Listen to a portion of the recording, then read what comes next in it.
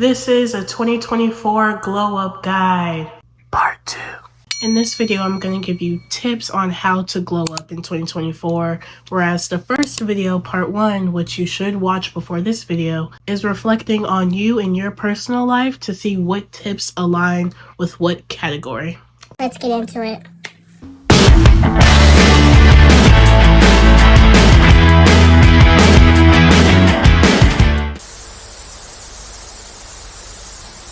This video is going to be broken down into 5 categories: financial, physical, mental, professional, and emotional.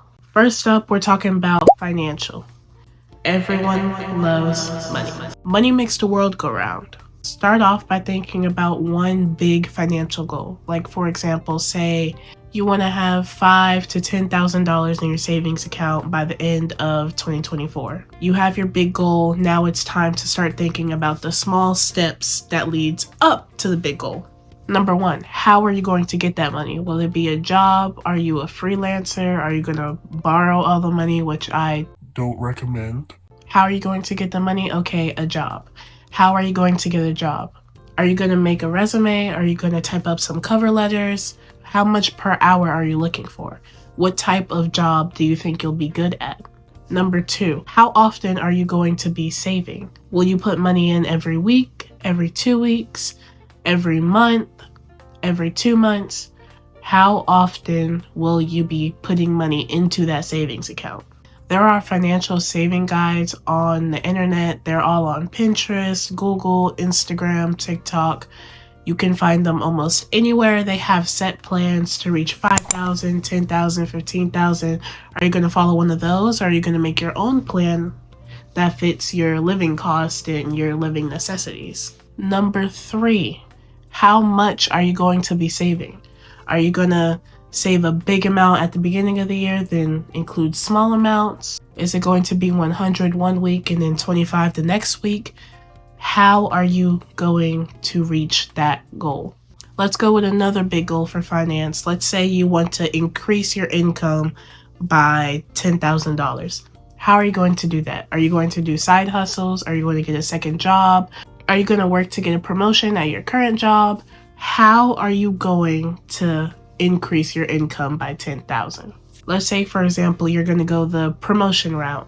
What do you need to do to get a promotion? You need to network with your coworkers, talk to your bosses, maybe pick up some extra shifts, go to work social events, like when they go to the bar after their shifts or when they throw parties for the holidays. Really interact with your work community, get involved, work hard, but don't push yourself too hard.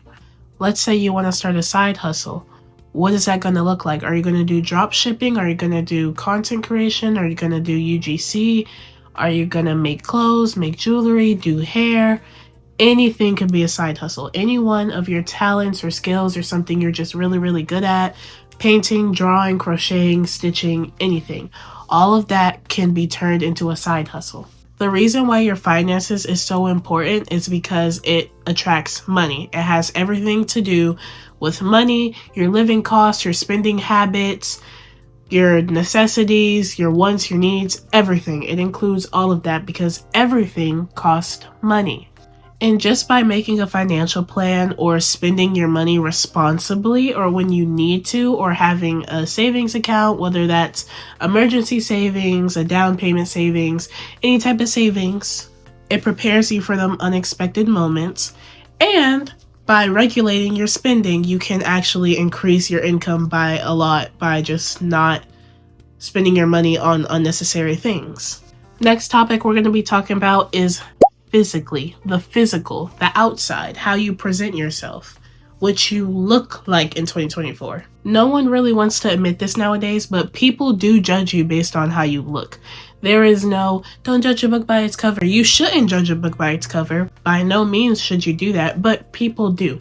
Humans do. Humans are going to judge. There is nothing wrong with judgment, but there is something wrong with being overly judgy. Sometimes all you really need to do is grow into yourself. It took me years to grow into myself and learned what looked good on me and what didn't.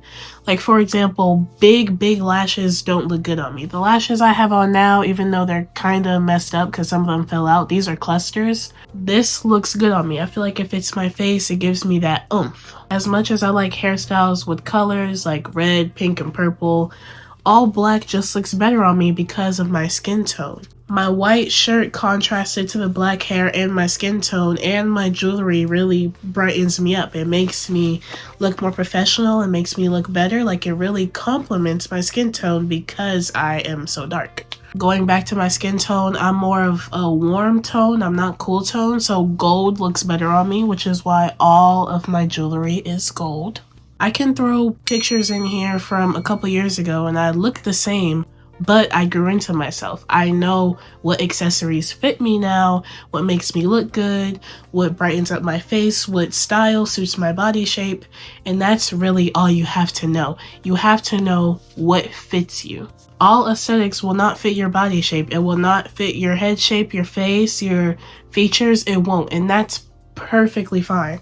For example, Y2K just would not fit me. Like, I cannot see myself, my body shape, my face, anything in Y2K fashion. I've tried and I didn't like it.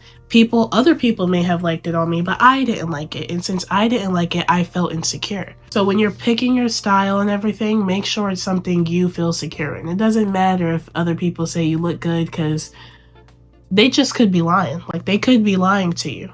So for the physical, we're going to go from top to bottom. We're going to start with the hair. What hair color suits your skin tone? This is very important. Let me think of an example. Ariana Grande. Here is her with like platinum blonde, and here is her with brown. I personally think she looks better with the brown because she has warm underlays. Next up, hairstyle. Some people don't look good with long hair. Some people don't look good with short hair. I think it all depends on the style. Not all hairstyles is going to fit your face shape. For example, there are some hairstyles that fit people with a more sharp jawline. I don't have a sharp jawline. Mine is very soft. And my face is round. It's not very like sharp or, I don't want to say muscular, but it's not, I don't have a very sharp face. I have a very round and soft face, which is fine. Try to determine which hairstyles look good on you specifically based on your face shape and your body proportions and everything else. Next up, we have eyebrows. This took me quite a while.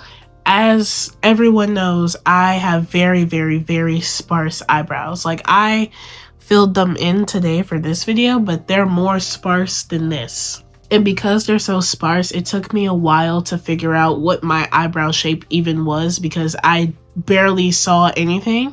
And I didn't realize this before, but your eyebrows really make your face. Your eyebrows make your face.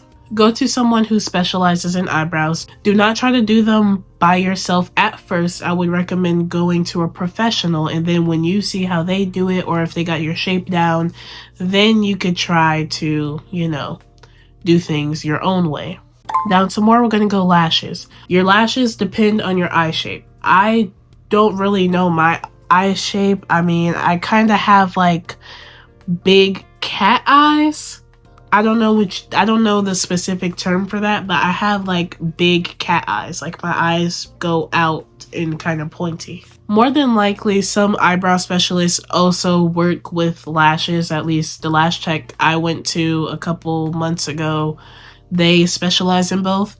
So while you're there for your eyebrows, you can ask them what lash style would suit you. They have wispy, they have thick.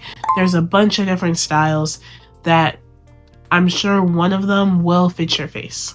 We're going to go down to lips. You always want to make sure that your lips look hydrated. Would you ever see someone out just walking and they have on like a beautiful lip combo, or they just have on like some beautiful lip plumper, or they just look juicy and hydrated, and then you think to yourself, damn, I need to put on some lip gloss. You want to be that girl. You want to be the girl that they're seeing that thinks like, damn, I should put on some lip. Yeah, you want to be her. Having your lips have some shine, some class, some gloss, some oomph, it really improves your appearance as well. Physically, people are just gonna be looking at your lips like, damn, her lips look good. Last part of the physical glow up, we're going to be talking about style. This goes into aesthetics and colors and body shape and body fit, which you're comfortable in, There are many different aesthetics and clothing styles you can try out. Next up, we have mental. It is very, very, very important to take care of your mental health no matter what you're going through, whether you're having a really high or a really, really low.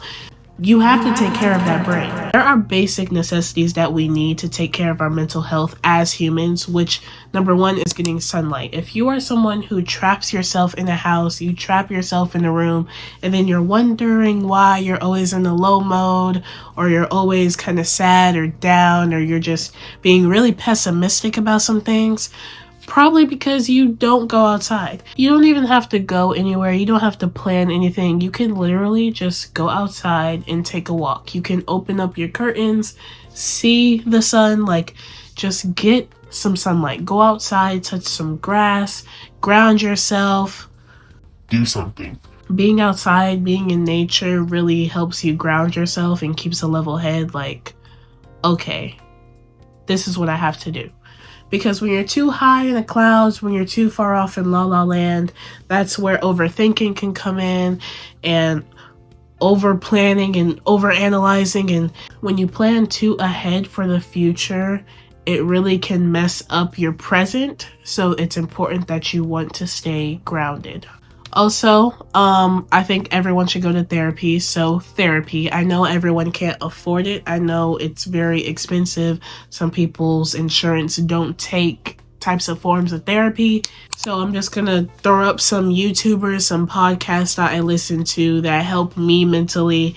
Of course, it's not like a one-on-one therapist that can get to know you, but it can be supplemental and improve your general mood and give you some self-help tips on how you can kind of give yourself some therapy or different forms of therapy that you can do at home.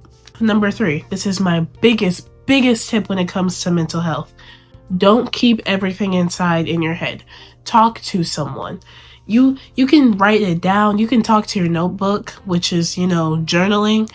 You can talk to yourself because no one knows you better than yourself. No one knows what you're going through better than yourself. A good way to do this without writing it down besides journaling is voice memos, video journaling. I used to do that a lot. It really helped because then you could go back and listen to yourself and be like, oh, this is what I was doing to kind of get off this weight off my shoulders. Okay. Talk to your teddy bear, talk to a wall, talk to your TV, talk to your dog, talk to your cat, your bird, your hamster, any animal. Talk, just talk. You don't have to talk to a person, you just have to talk out loud. Talk to God, talk to somebody, let it out. The longer you keep it in your head, the more delusional you're gonna be, and not in a good way. You're gonna drive yourself batshit crazy. You're gonna drive yourself insane, and it's not good. I'm gonna throw my Instagram, my socials on the screen. If you need to talk to someone, if you want some advice, if you just want someone to listen to you, some comfort, I'm a very good listener. You can talk to me, you can DM me. I will respond because I'm not gonna act Hollywood. And we can talk. You can talk to me if you really need someone to talk to. I will always be available. Do things that make you happy. Go back to when you were a little wee child. What did you enjoy doing as a child? For me, I liked coloring. So, I like coloring books. I buy myself coloring books. I have crayons, pencils, markers, whatever. I have it because I like coloring. And when I'm really stressed out and I've already talked to myself or I've already journaled and stuff is still weighing on my shoulders, I just do stuff that makes me happy. I have a lot of things that make me happy. I like watching YouTube. I like playing video games. I like doing my nails, doing my hair, doing makeup, anything that, makes me look pretty. Or I like to just decompress and journal or color.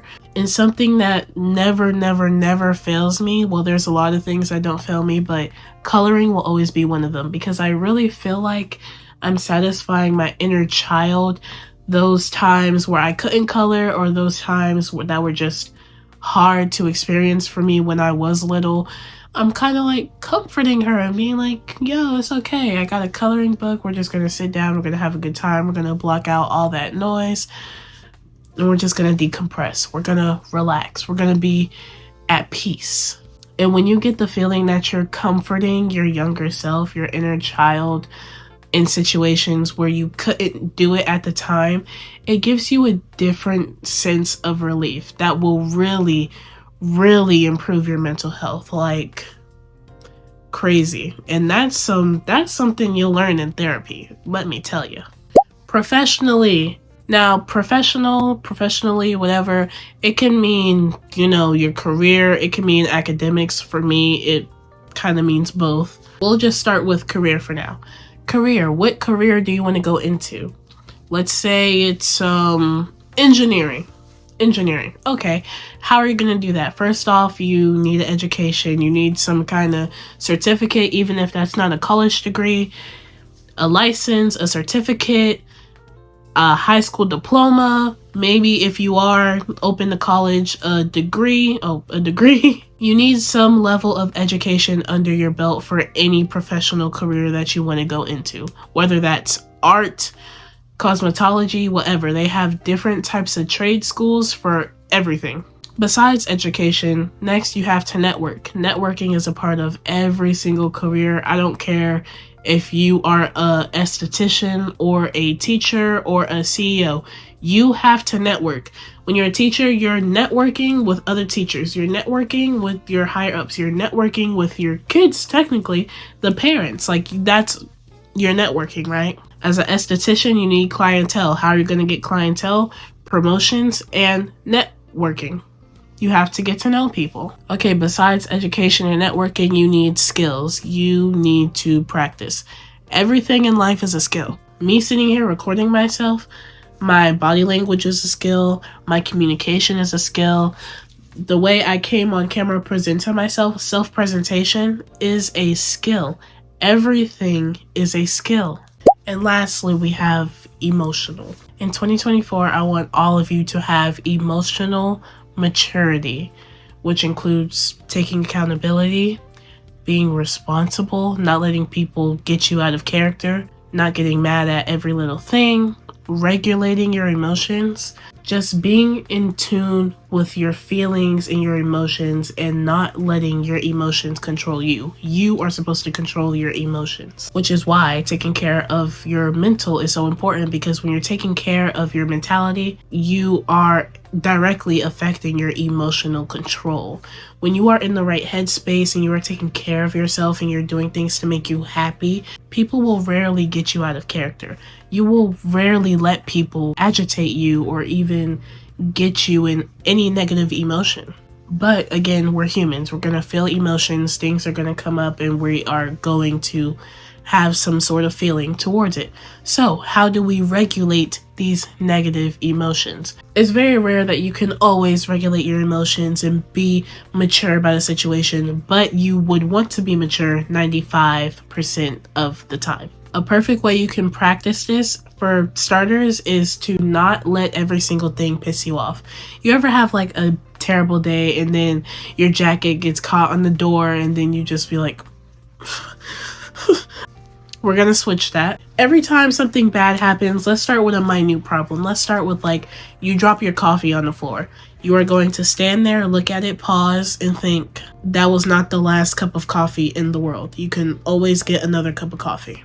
Or you can think, this probably happened for a good reason. Maybe that coffee would have made me sick. You're gonna immediately start thinking of alternatives to why your coffee just fell on the floor. Not because you're having a bad day, not because you were being clumsy, not because you were just being stupid, but because it happened for a better reason.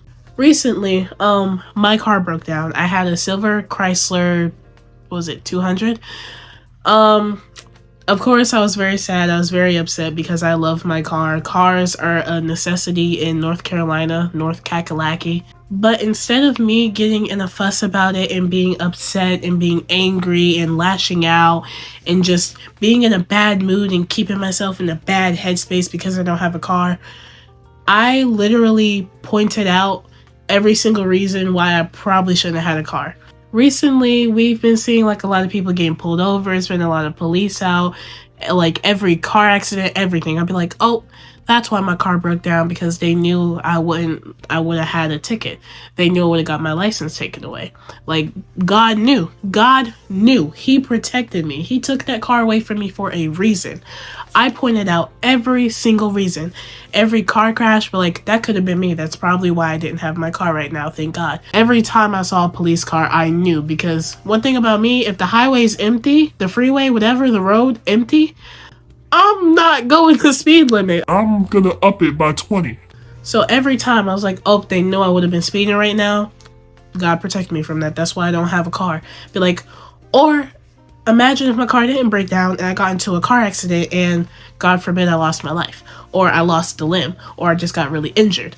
Anything could have happened. I'd be thinking of positive alternatives for everything. And not only is this going to help regulate your emotions, it's going to enforce a positive mindset. You're going to be optimistic about everything in life. The more you think of alternatives, positive alternatives for why things happen, you'll realize that you don't have to get mad. You don't have to be upset. You don't have to be sad about every bad thing that happens to you on a daily basis. You do not have to be upset because things are working in your favor. Why are you being upset that you just got a blessing? You get it? Like, are you understanding now? Another thing when it comes to your emotional glow up in 2024, do not let people push your boundaries or make you feel any type of way and you just stay quiet and you don't say anything. You see my eye twitching? I'm serious. The reality of life is people are going to hurt your feelings, whether that's accidental or intentionally. People are going to try and push your boundaries. Your boundaries are going to be, in defense mode, but it's up to you. Everything depends on you. If someone hurts your feelings and you get emotional about it and you don't say anything, you're going to hold some kind of resentment for that person. Rather, if you just say something to them, pull them to the side, text them, call them, whatever you need to do, you can be like, hey, I didn't like that you did that. I didn't like how this made me feel. Like, you made me feel like this.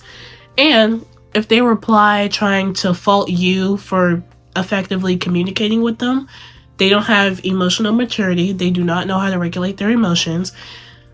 Don't talk to them. Just push them to the side because they're only gonna cause you stress. They don't have any accountability, and you don't need that in your life, especially when you're trying to glow up for 2024.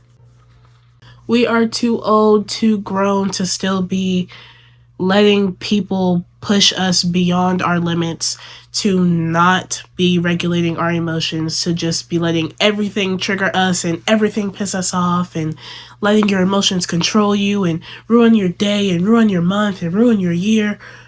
No.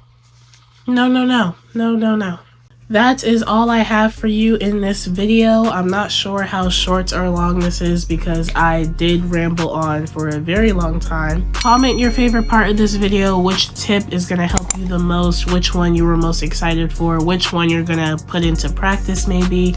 Just leave me a comment down below. I am open to constructive criticism as well. And subscribe. I love making self-improvement content, how-tos. I do vlogs on Sundays usually, but since I'm not doing anything, it won't be on these couple Sundays. And I like just sharing my secret sauce with you guys, because some people didn't have the luxury of learning this from their parents, so they are venturing off to learn it by themselves, and I want to help in that process because I learned a lot of things by myself actually.